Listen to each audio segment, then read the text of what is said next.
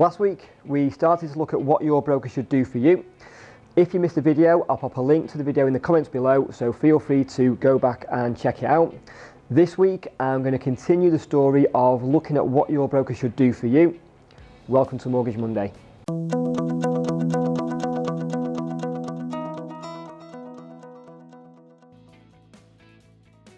Once the mortgage broker has gathered all the information together on what you're looking to achieve, they'll have a really good understanding then of what problem it is you're looking to solve, and the broker will be starting to formulate in their mind what sort of mortgage is going to suit you best.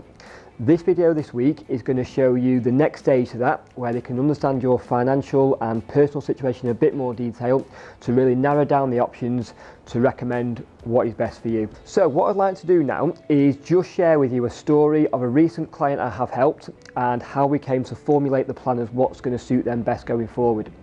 So I had a young couple who own their home at the moment and they're looking to move house before starting to plan a family.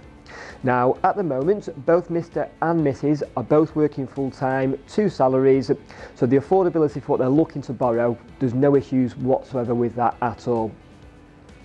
When they do have the children, so they are planning on potentially having 1, 2 close together, and when Mrs. goes on maternity leave, the clients want to make sure that that mortgage is still affordable just on 1 salary.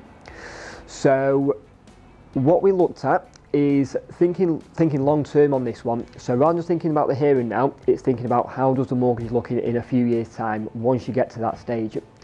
So the clients were looking for stability of their payments because going down to 1 salary, they want to make sure they know exactly what they're paying over the next few years. So going through the process, we then narrowed down the options to look at a 5-year fixed rate, because that will give them stability for a good length of time. It will allow the family to have children, go down onto 1 salary, make sure it's affordable in that sense there for them. Now, what we also looked at was to take Mrs. income out of the equation, because that's not going to be needed and going to be used going forward. So just basing it on Mr.'s salary alone to make sure that once the salaries do go down to 1, it's still fully affordable just on Mr.'s income. What we also looked at is making sure that the clients were going to be with a mortgage lender that is renowned for looking after existing customers. So it's the same with anything, insurances, mortgages. Loyalty doesn't count for much in the mortgage market, to be honest with lenders nowadays, unfortunately. However, there are a few out there that will still make sure they offer preferential rates to existing customers.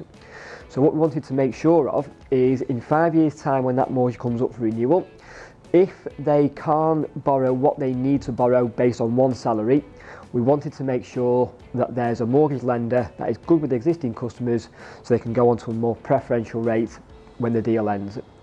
So it's this sort of knowledge that a broker should possess to make sure that the clients go with a lender that at the end of the 5-year fixed rate, they will be offered a preferential rate to make sure they are not disadvantaged. Thank you for joining me again on Mortgage Monday. I hope you found that insight useful of how a broker should look after you.